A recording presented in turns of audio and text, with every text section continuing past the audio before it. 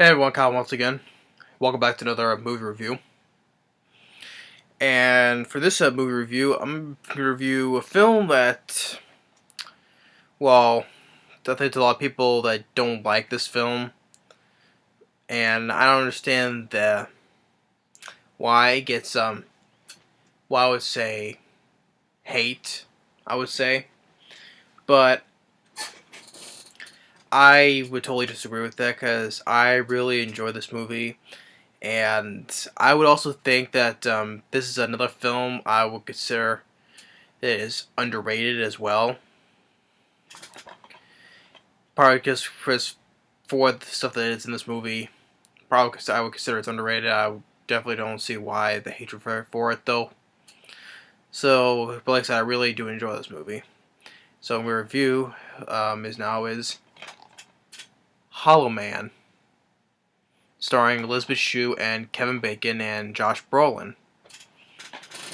Now, Hollow Man came out in the year 2000, directed by Paul Verhoeven.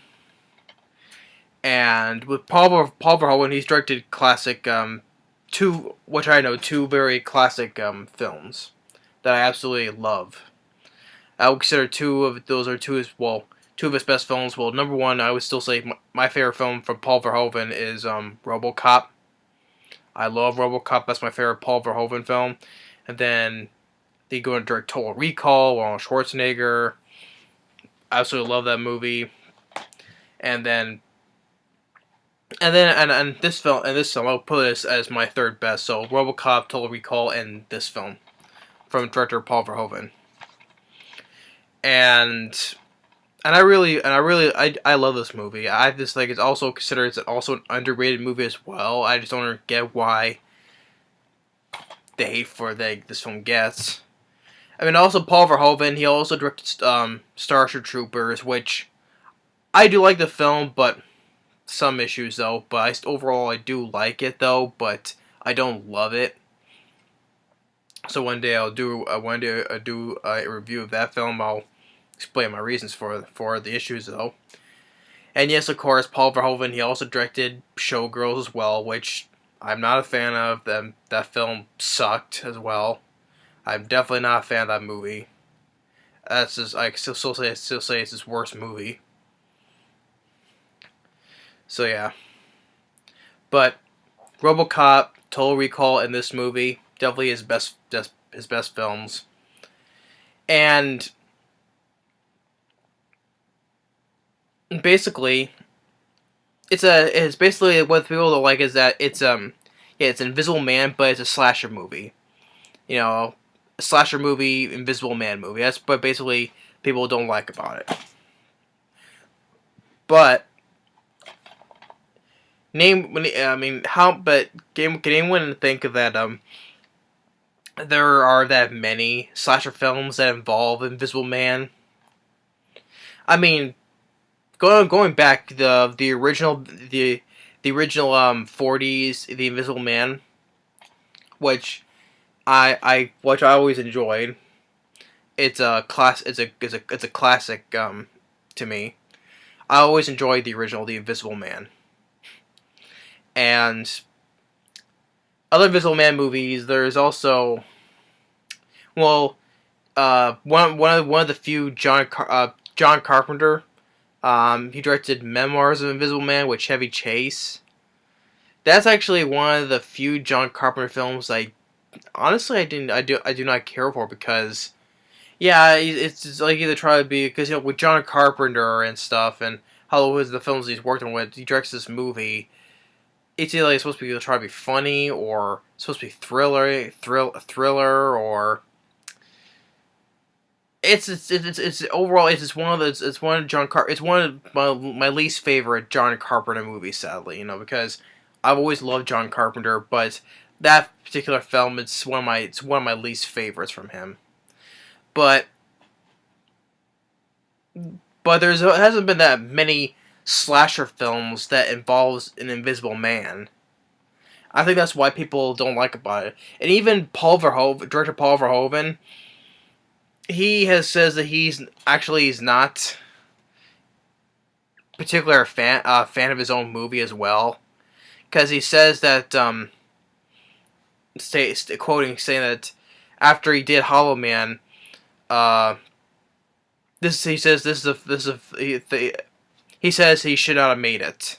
He should not have made this movie. He said that he said it's not really me anymore. I think many other people could have done this movie, or many people could have made. I don't think many people could have made RoboCop or Starship Troopers. There might have been 20 directors in Hollywood that could have done this. I felt depressed with myself after the year 2002. So he goes and then he goes and returns back to his home country in Netherlands. That's where he was from. So that's where he goes back to make his own movies back in his home country. I don't know what he was saying. I don't know why he would say this. I mean, I know he has his own opinion though about his own films though, but I don't get what he's talking about. Paul Verhoeven, I don't get what you're talking about Hollow Man. I thought you did a great job with the movie. Especially when you directed classes like RoboCop, and Total Recall. I mean, you think that anybody could have made this movie, or anybody could have made RoboCop? I'm sorry. If anyone could have made the original RoboCop with Peter Weller, that was you, Paul Verhoeven. I can't imagine other directors who could have made RoboCop. And for this film, I thought you did a great job with making Hollow Man. I don't know what you're saying that. I just don't get that anybody could have made this movie and. Did this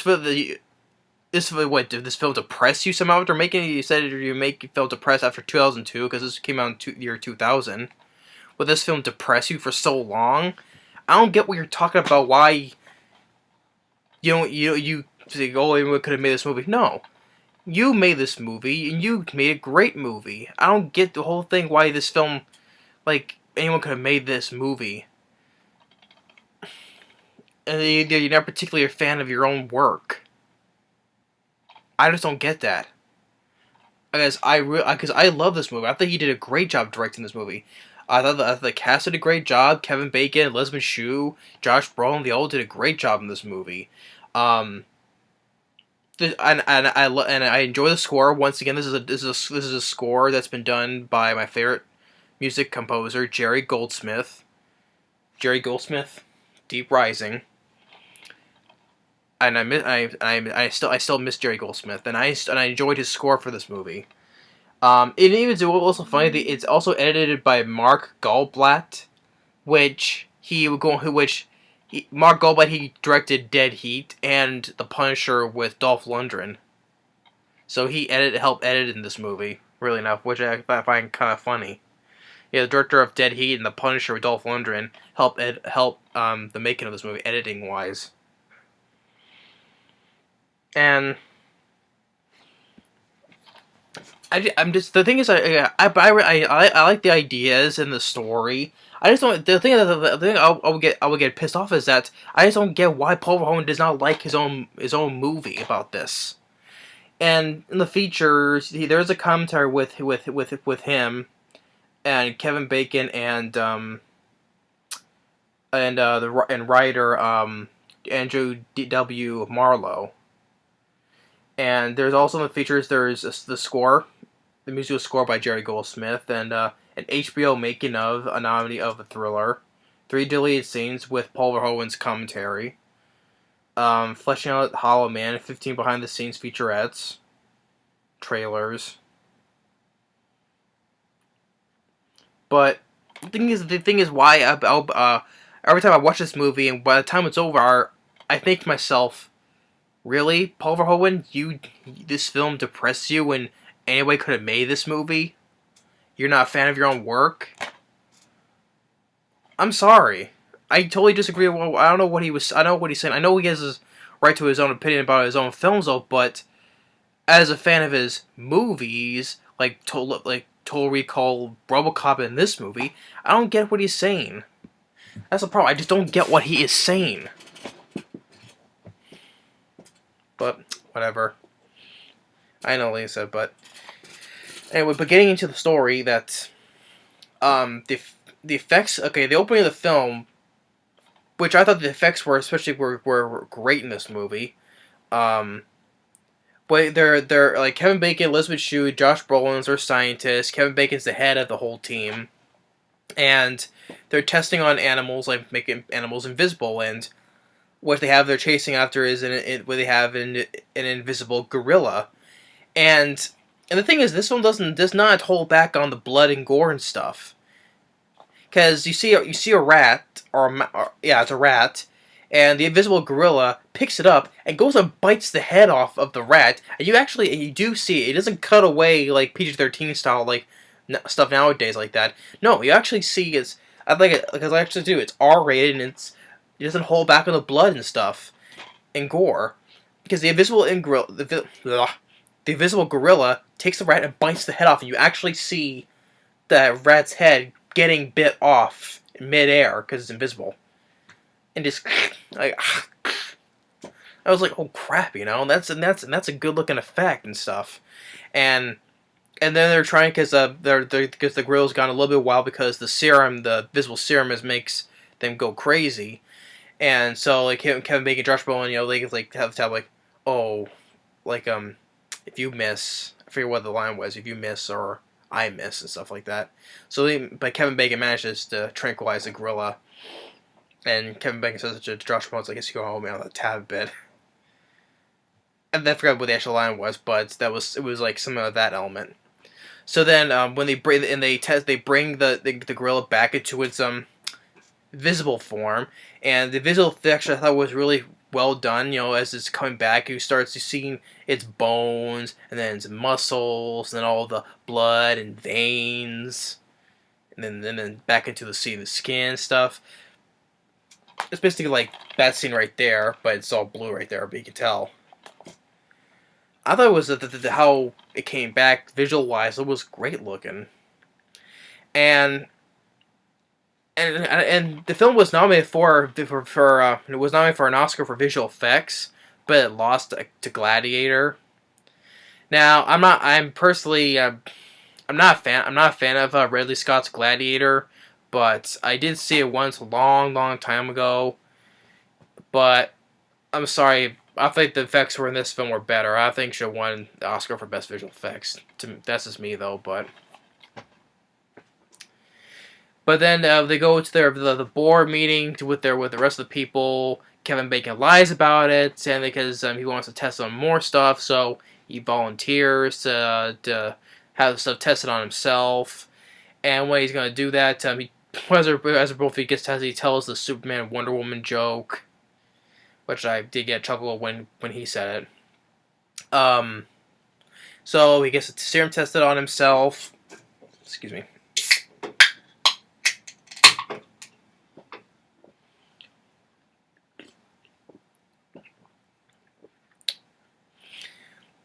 And the serum works. He's invisible.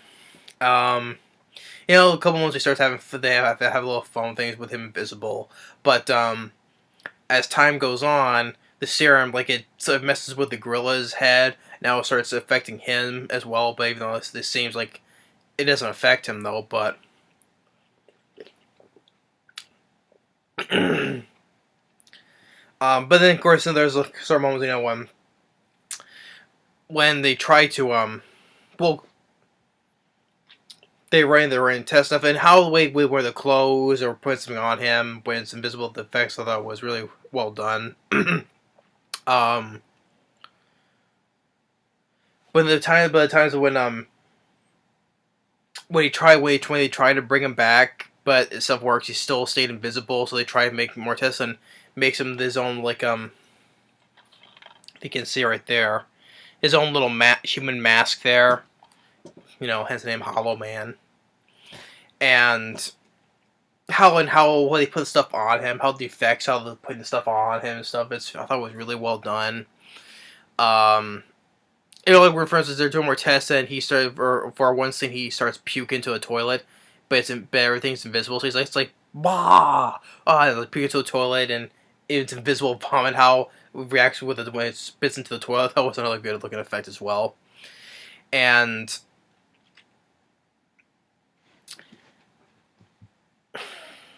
but he started to get stir crazy because he decides to go back to his apartment, and there's this neighbor of his that which is actually the actress was familiar. It took me a second to recognize. Runa Matria. I think of her mispronounced her name. She was like also considered like the model work for the Tomb Raider video games before the movie came out, and she could also appear in other movies like Doomsday and I forget what another other film was. I think it was the third Underworld movie. But yeah. So, he takes off all his clothes to make himself visible again. Goes over to her place, and of course you get the idea that of course she gets out of the shower and looks in the mirror, moves the mirror, but then you get the idea that he kind of raped her. But it cuts away, but it doesn't fully show it though. But you get the idea. Um, and when he goes back to the lab, one of the teammates named Carter asks him what was like going out there, and he's like, well, there was this girl, and he says, did you hurt her? No. Well, maybe I scared her a little bit. And how'd you like it? Oh, it was like how did you feel? I liked it. So the lines of dialogue that I thought was that I did like, or of course at the same time we talk about that he smashes a fly.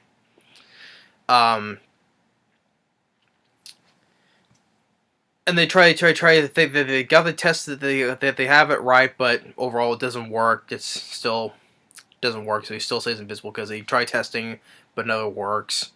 Then Kevin Bacon finds out that Josh Brolin's been sleeping with Elisabeth Shue, so he's getting kind of mad at that. But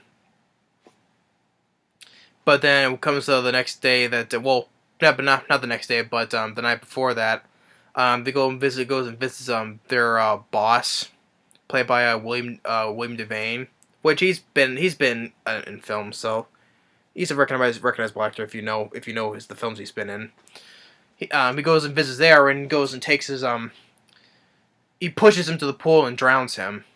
And another way how good look effect is when he gets to the pool, how he's all wet, invisible, but he's all wet, how the effects look on him. I thought it was really well done. Then comes to the next day. Kevin Bacon, he goes and traps all of them down to where they are is underground facility basically, and he traps them there by erasing their elevator codes except for his, so they're all trapped down there.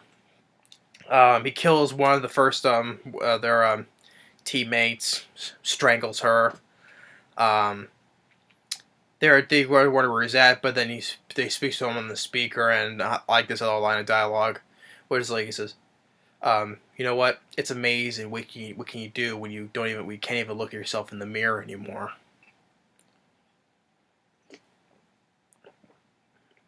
So I thought it was another good line of dialogue.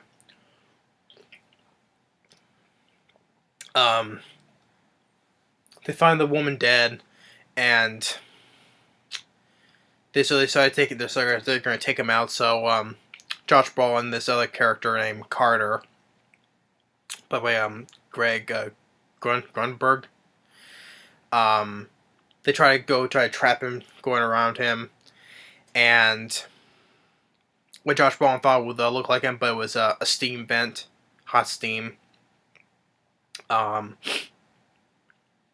then Kevin Bacon has him by the throat, and how the effects, how it shows like his hand imprinted all around his neck, and he's on top, and then the steam shoots the steam pocket, and Kevin Bacon throws Carter, and how the way he lands like this on it was like a sharp spike or a pipe, but he lands like this way, sideways. Boom. Gets impaled right on that. I think it was a pipe. I think it was a pipe. Impales him right on the neck and just splatter blood. Like. So the film does not hold on its R rating. It's definitely bloody, which I liked. So he goes up to Josh Brolin still goes after Kevin Bacon. There's all these steam vests to hide his body temperature so they can't see with the goggles. And he's like, "Come on, you can take me. You think you can take me, Sebastian? Come on." So, because overall it's the serum that's messing with his head though, but he still thinks he's, because he said before he's like a god.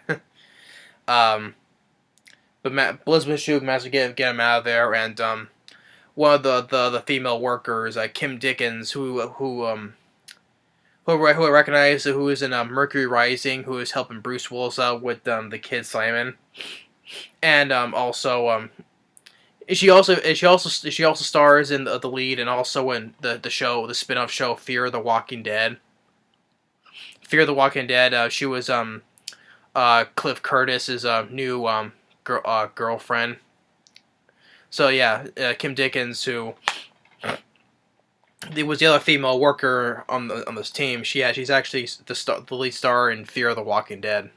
If anyone watches the show, you will recognize her because in this film she had short hair. But yeah, she was in this film and Mercury Rising with Bruce Willis.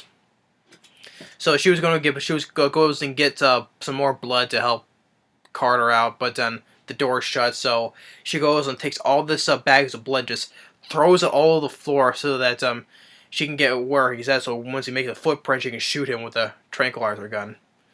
But he was actually right behind her, and he rips up another bag and throws blood right on him, and good looking effect when he's all covered in blood.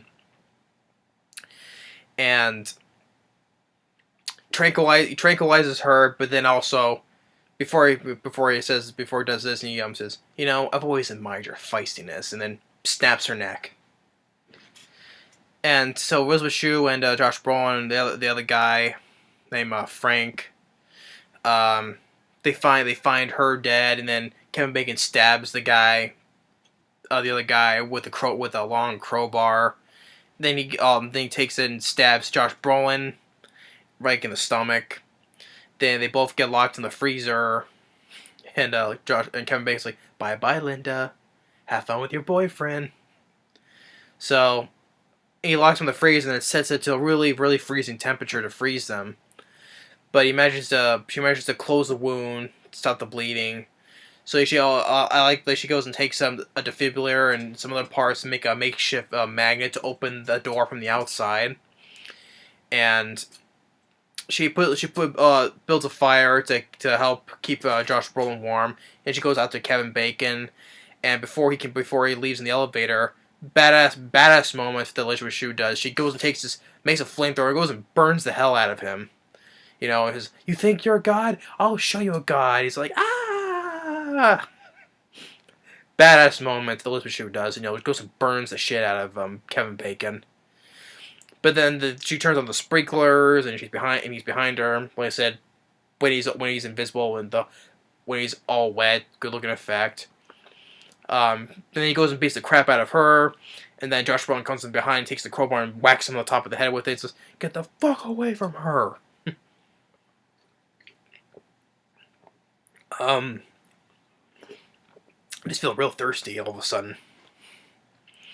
And of course, there's a typical thing that actually probably people don't like this idea because Kevin Bacon, he's a normal human being, just been turned invisible, but yet this guy, he's been burned by a flamethrower, got hit in the head really hard with a crowbar, and of course the next shot where he was gonna take the crowbar and hit Josh Brolin, but Josh Brolin goes and pushes him aside, and he gets electrocuted.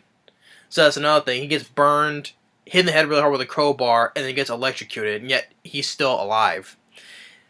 But since I'm having so much fun with this movie, yes, I know it's a part of the dumb slasher stuff like from other dumb slasher movies.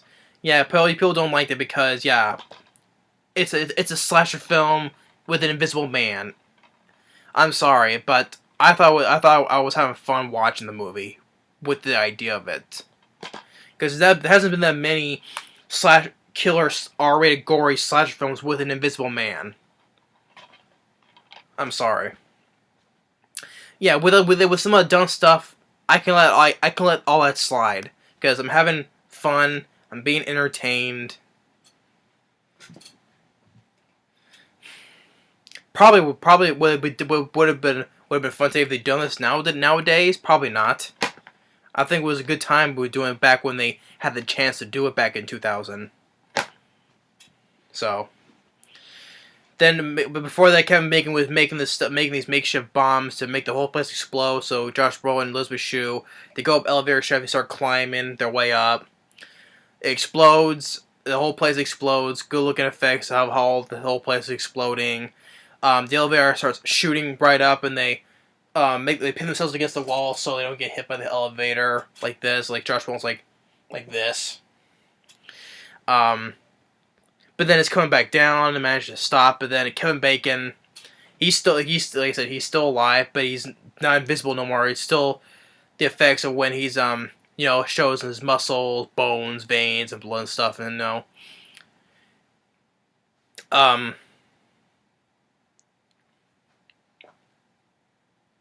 and she pulls Kevin Bacon pulls Elisabeth Shue back on the elevator, and he's like, one last kiss for old time's sake. But then Elisabeth Shue tricks him by grabs onto the cable and tells him, "Go to hell." Steps on this thing that releases the cable from the elevator, and in the shot of him, he just goes like, "No," when he's falling back into the flames. And then they both climb out and they get rescued by the fire department. That's the end of the movie. It didn't. And first of all, yeah, and also right off, it was no sequel baited ending as well. It just ended right there. That's one thing I had to mention. This film, they released a 2006 direct-to-video sequel, Hollow Man 2, as actually starred Christian Slater. That film sucked. I'm sorry. This film did not need a direct-to-video sequel. Yeah, Christian Slater is in it, but it didn't matter. The film sucked anyway. So the film doesn't matter in the least bit.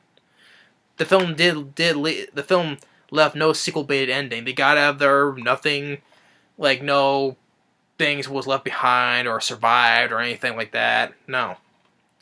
It just didn't need a sequel.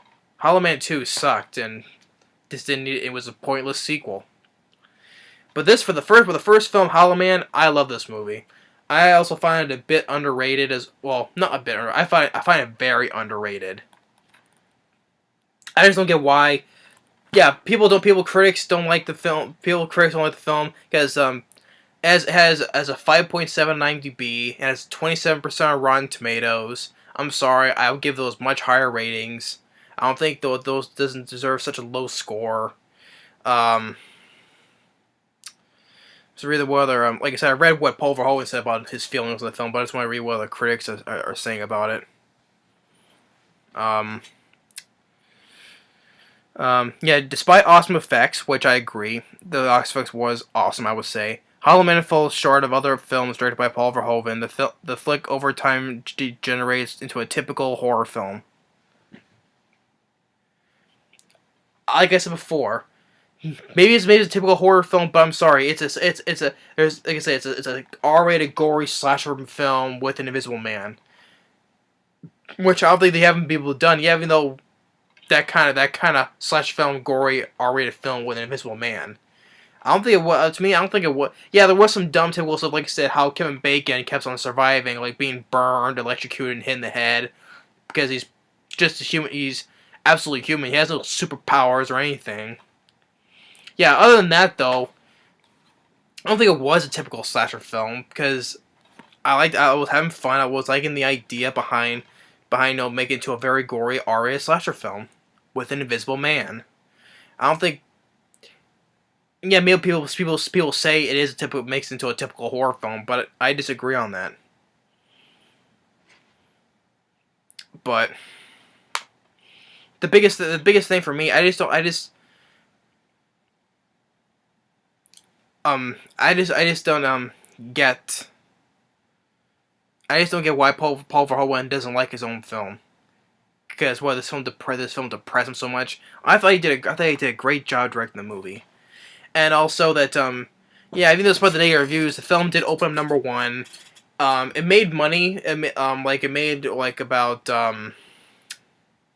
worldwide. It made about over 190 million worldwide on a budget of 95 million. But sadly, domestically, the film made about 70 some million domestically. Sadly, well, you say even though he did say the film made money, but did he mean overseas? Because sadly, the film didn't do well. Sadly, in the U.S., and which didn't deserve. But worldwide, it made 190 million. That's good enough for me. I just and also said that this is which another film I forgot to say. I said this is the biggest film since Basic Instinct. That's another film I forgot to mention by Paul Verhoeven. Paul Verhoeven, Basic Instinct, yeah. Still, RoboCop is my favorite. Total Recall is second. This film, Hollow Man, is third. Maybe I'll probably put Starship Troopers fourth. I guess. Because the film is definitely better than Showgirls, or I think it's better than Basic Instinct. I don't hate Basic Instinct, I don't, but I have issues with it. But maybe I'll say Starship Troopers is a bit better than both those films. But I didn't say much. Even though, like I said, I don't hate Starship Troopers, so Showgirls is still his worst movie, still. But my biggest complaint is I just don't get why he doesn't like his own movie. Anybody could have made this movie. I'm sorry. Or anybody could have made RoboCop. No. Paul Verhoeven was the right guy to make RoboCop. He was the right guy to make Total Recall, and he was definitely the right guy to make this film. So I just don't get what he's saying. I thought the special effects, I thought were excellent. The cast, especially Kevin Bacon, Elisabeth Shue, and Josh Brolin, I thought they both did a great job. The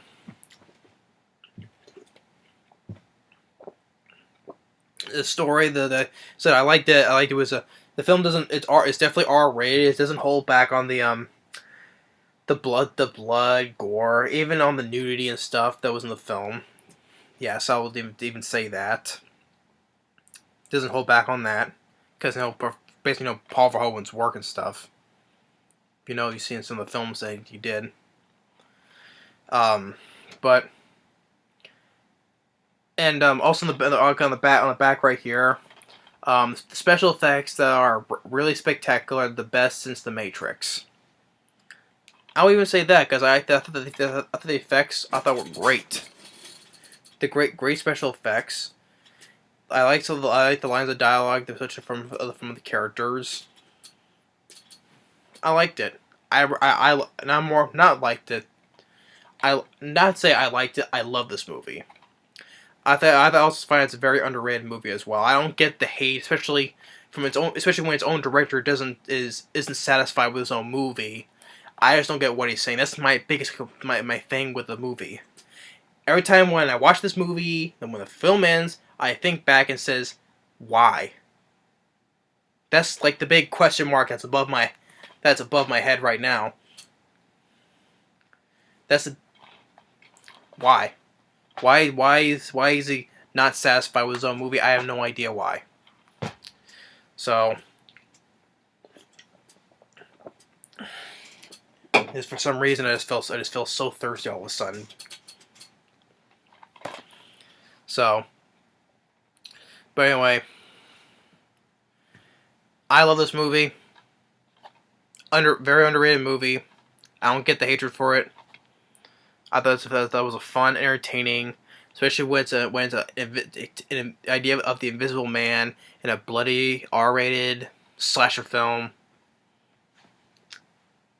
Like I said, that has not been done that many times. For how many times, I have no idea. I'm glad they finally got a chance to do it. Like I said, the original Invisible Man is a classic. Memoirs of Invisible Man I don't care for. How many Invisible Man movies are there that's made kind of like this? Bloody, R-rated, and it's a slasher film.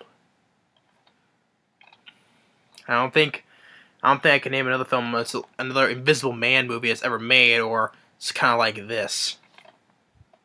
So, and also one thing I forgot to, I also like the score by Jerry Goldsmith.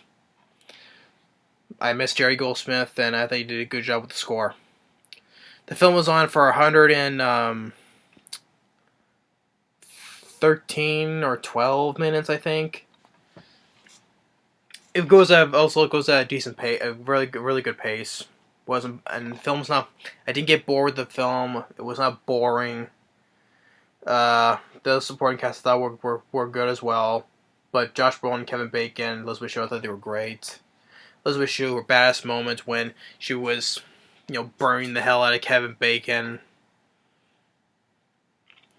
Kevin Bacon gets his comeuppance at the end. Overall, I enjoy this movie. Maybe maybe it's a science fiction film, but as more of the horror elements to it, I like the film. Love the movie. So I don't know what more I can say. If anyone doesn't like the movie, that's fine. But I'm sure there are other people that do like the film. But yeah. But anyway, that's my review for Hollow Man. Underrated movie. Go and check it out if you see for yourself if you haven't seen it. I don't recommend watching the sequel, which was a pointless sequel. There was no need for it, so I don't recommend watching that movie ever. But just stick to this film. Didn't need a sequel. But yeah. But anyway, thanks for watching and stay tuned on the next movie review. Later.